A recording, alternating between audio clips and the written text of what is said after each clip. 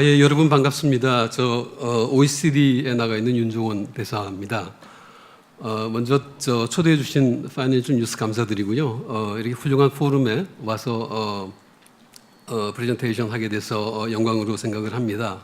제 이제 프레젠테이션의 주요 주제는 오전 세션과 같이 금융 관련된 테크니컬한 또는 금융 관련된 부분의 얘기가 아니고 좀 더 일반적인 커다란 흐름이라든가 정책 동향 관련된 부분들을 설명을 드리겠는데요. 크게 이제 우리 사회와 개인의 삶을 결정짓는 큰 메가 트렌드에 대해서 설명을 드리고, 다음에 시간이 될지 모르겠습니다만 중기적으로 세계 경제와 국제 금융 시장을 간단하게 말씀드리고요. 그다음에 그럼 다른 나라들은, 정책 당국들은 어떤 고민을 하고 있는지 소개해드리고, 마지막으로 우리나라가 어느 정도의 위치에 있고 지금 어떤 정책 방향을 가지고 나가야 되는지에 대해서 제가 답을 드리진 않고요, 같이 한번 생각해 볼 수 있는 기회를 드렸으면 합니다. 우리의 삶에 영향을 주는 두 가지를 꼽는다 그러면 기술 혁신이라는 것과 또 하나는 세계화, 글로벌라이제이션이라고 얘기를 할 수 있겠습니다. 그래서 금년도 OECD에서는 그 강력이사업의 주제를 글로벌라이제이션, 반세계화의 움직임이 많이 나타나고 있으니까 과연 우리가 세계화를 제대로 평가하고 있었는지, 이런 것에 대해서 근본적으로 생각을 해보고 있습니다. 여기 그림에서 보시는 것처럼 지난 1990년대 이후로 세계화가 빠른 속도로 진행이 됐습니다. 세계화라는 게 물자와 서비스, 자본, 사람, 정보 이런 이동이 세계가 통합되는 그런 과정을 얘기한다 그러면 92년도에 마스트리트 트리티가 하면서 EU가 정설이 됐고요. 우루과이 라운드가 94년도, 또 중국이 2000년대 초반에 가입을 하면서 90년대 초반에 글로벌 트레이드 투 GDP 레이시오가 한 30% 정도 되는 거가 지금 한 60% 정도로 더블로 많이 바뀌었습니다. 이게 이런 세계 경제로의 통합이라는 것 자체가 생산 과정과 소비 과정에서 좀 더 에피션시는 상당히 높였을 걸로 생각을 하고, 또 평균적으로는 우리 국민들, 우리 일반 시민들의 삶에 긍정적인 영향을 줬을지 모르지만 디스트리뷰션으로는 꼭 혜택을 받지 못한 그런 계층도 많이 있다라는 게 일반적인 얘기입니다. 그래서 세계화에 대한 종전의 인식이 많이 바뀌기 시작했습니다. 글로벌라이제이션이 미국 경제에 도움이 됐다, 안 됐다는 설문을 했습니다. 그랬더니 49%가 임금을 낮추고 또 일자리도 뺏어가고 그래서 도움이 안 됐다고 생각하는 사람이 49%였고요. 반대로 44%는 유리하다라고 얘기했습니다. 그래서 어떻게 본다 그러면 미국의 트럼프 대통령이 들어온 그런 배경과도 이 스타디는 선거가 있기 전에 있었던 겁니다만 일부 일맥상통하는 부분이 있고요.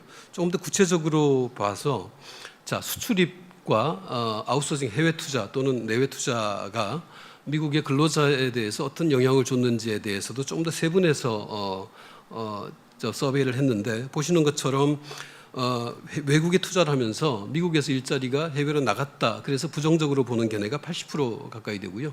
또 밑에 바텀으로 내려가게 되면 미국에서 만든 상품을 다른 나라 수출할 수 있어서 좋다, 68%. 또 한편으로 인터넷이나 이메일이나 다른 오피스 테크놀로지가 더 발전을 했다, 이렇게 긍정적으로 보는 시각도 있는데, 전체적으로는 조금 더 부정적으로 보는 견해가 많았습니다. 그래서 그런 정치적인 결과가 선거에서 나타났다라고 볼 수가 있겠습니다. 작년 6월 23일 날 브렉시트 투표가 영국에서 있었습니다. 하고 난 다음에 자신의 블로그에 올렸던 그림을 제가 캡처를 해서 갖다 놨는데요. 참 재미있게 묘사를 했습니다. 보시면은 영국이 EU에서 탈퇴를 하지 않고 다 같이 있으면, 여기 보시는 것처럼 독일의 맥주도 같이 누릴 수 있고, 또 스페인의 과일이라든가 스위스의 치즈라든가 다 같이 먹을 수 있을 텐데, 브렉시트에서 나가니까 이제는 그런 거를 누리는 게 점점 더 어려워지고 콩하고 이런 자기들이 생산하는 것 중심으로 먹어야 하는데, 조금 비아냥거리는 투로 그런 블로그에 이런 스냅샷을 올렸고요. 그 다음 며칠 있다가 다시 올렸습니다. 그래서 브렉시트 보트가 그때 48대 52로 나왔는데요. 잘 아시는 것처럼 영국의 여류 극작가 제인 오스틴이 쓴 소설이 있습니다. 하나는 이성과 감성, 센스 앤 센시빌리티라는 거 하고, 하나는 오만과 편견이라는 걸로 해서 52%가 결국은 브렉시트 지지를 했는데 이 사람은 이걸 이제 오만과 편견의 결과로 이제 받아들이고 있습니다. 영국은 EU 의존도가 거의 조금씩 떨어지지만 50% 가까이 됩니다. 수출입에 있어서 빨간색으로 보이는 부분이 되겠습니다. 반면에 EU에서 영국에 의존하는 것은 파란색으로 보시는 것처럼 3% 남짓밖에 안 됩니다. 그래서 빠져나갔을 때 그만큼 트레이드나 서비스에 있어서 영국의 충격을 더 많이 줄 거라고 예상했음에도 불구하고 그럼에도 불구하고 영국에서 그렇게 빠져나갔습니다. 그래서 이런 결정을 내린 이유가 뭔지, 과연 글로벌라이제이션이 전체적으로 평균적으로 국가 경제와 사회에 도움이 됐다는 것과 달리 일반 국민들의 느끼는 삶에서는 다른 결과를 가져올 수도 있었던 것 같습니다. 그래서 그 근저에 있는 움직임을 설명드리기 위해서 숫자를 몇 개 갖고 왔는데 한번 어떤 숫자일지 한번 생각을 해보면 분배와 관련된 숫자입니다. 그래서 보시면 위에 세 개의 숫자는요, OECD 국가의 자산의 분포가 되겠습니다. 그래서 상위 1%가 전체 자산의 19%를 소유하고 있고요.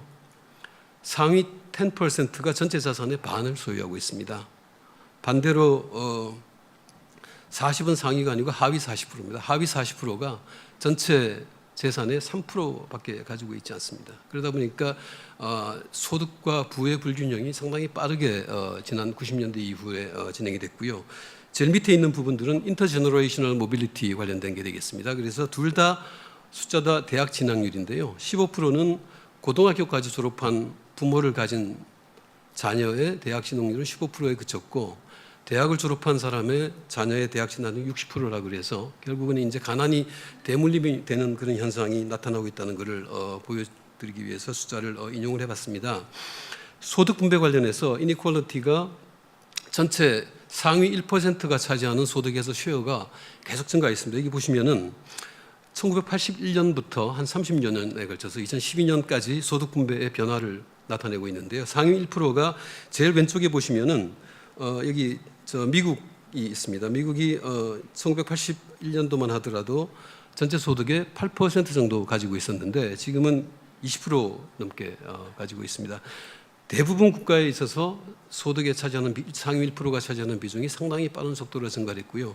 우리나라는 여기에 포함되지 않았습니다만 우리나라도 2000년대 초반에는 10%가 채 안 됐습니다만은 지금 한 14% 정도 되는 걸로 그렇게 조사가 나와 있어서 저희도 불평등 문제가 상당히 빠르게 진전되고 있는 그런 나라 중에 하나로 여겨지고 있습니다.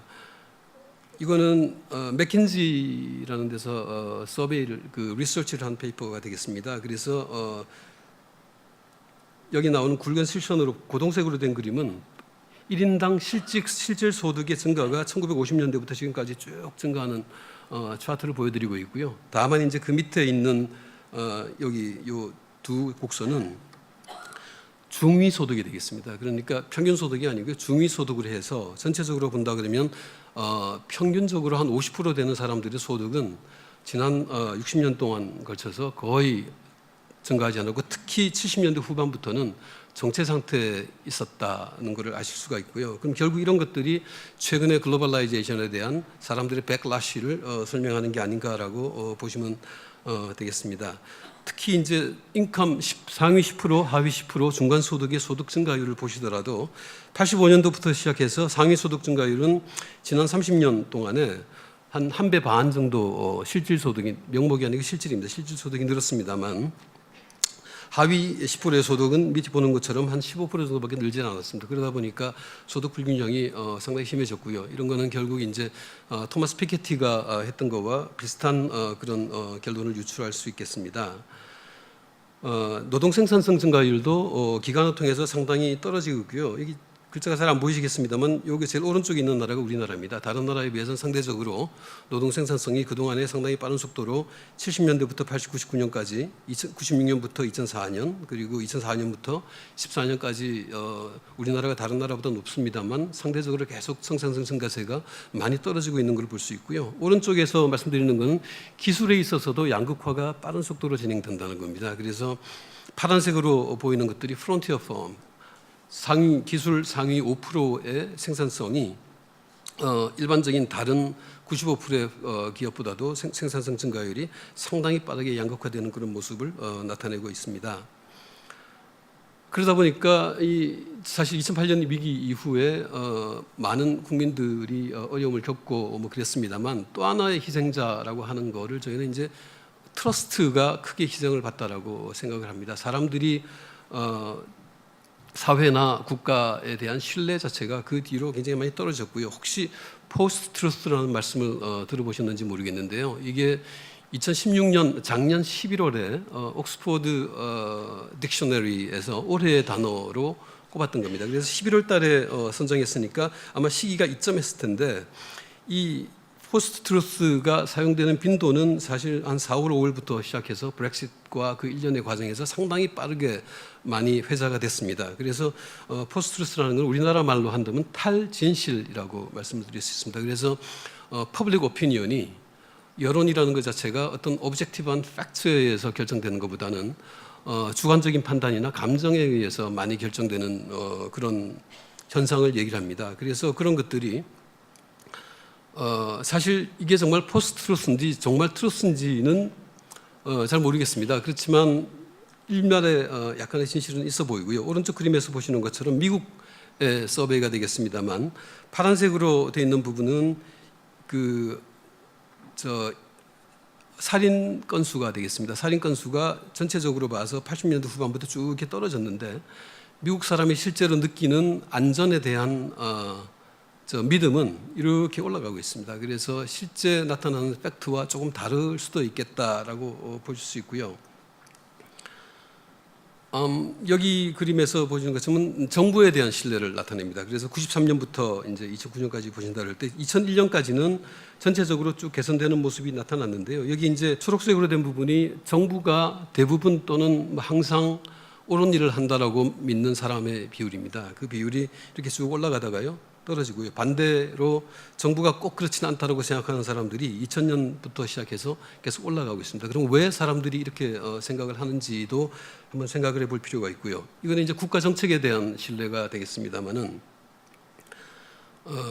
개개인에 있어서도 어려운 상황에 처했을 때 내가 도움을 요청할 사람이 있느냐라는 질문을 OECD 국가를 대상으로 해서 다 했습니다. 했더니